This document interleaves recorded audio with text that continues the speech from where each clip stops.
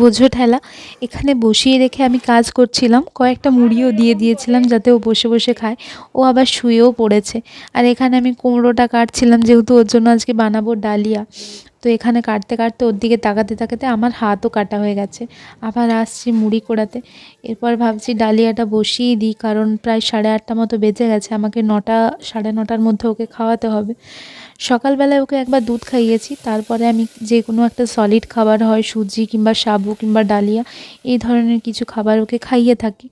তো এই যে খাওয়া দাওয়ার বিষয়টা আমি না একদম লেট করতে চাই না, যেহেতু আমার ওর যদি একটু খেতে লেট হয়, ও মানে খিদেতে যদি চটপট করে, আমার নিজেকে খুব অপরাধী মনে হয়। যার জন্য আমি খাবারটা ওকে সবসময় টাইমেই দিই। তো এখানে আমি রান্নাবান্না বসিয়েও দিয়েছি। এখানে আজকে হবে কুমড়োর তরকারি, মানে পাঁচমিশালি যে কুমড়োর তরকারি হবে।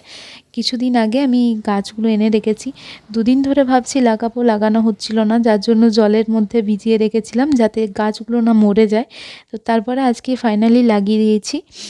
আর এখানে কিছু কৌটো ছিল যেগুলো অনেক দিন ধরে পরিষ্কারই হচ্ছিল না, তেল চিট হয়েছিল, সেগুলোই পরিষ্কার করে আজকে তাকটা আমি সুন্দর করে সাজিয়ে দিয়েছি। আর দেখো স্টিকারগুলো লাগিয়েছি, কি সুন্দর লাগছে না। আর এখানে বিকেলে আমি বাপিকে খাইয়ে দিচ্ছি আপেল গ্রেট করে। ও এখনও ভালো করে কামড়ে